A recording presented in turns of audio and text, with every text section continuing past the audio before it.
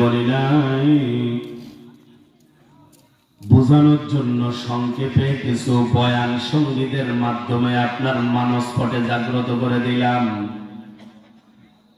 আপনার বাবা মারা গেছে, যদি এই মাঠের মধ্যে জানাজা হয়, খেয়াল করেন, আপনার বাবা মারা গেছে অথবা মা মারা গেছে, এখানে জানাজা হইতেছে, যিনি ইমামতিতে দাঁড়াইছেন তার দাড়িও নাই, মোছও নাই, টুপি নাই, শার্ট প্যান্ট পরা, বলেন আপনি তাকে কি ইমামতি করতে দিবেন?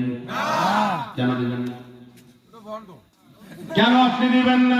বাকি কথা না, কেন আপনি দিবেন না? দাড়ি নাই, টুপি নাই, পাঞ্জাবি নাই, পায়জামা নাই, এগুলো শুধু ইমাম সাহেবের লাগবে, আপনার বুঝি লাগবে না? আপনার মায়ের জানা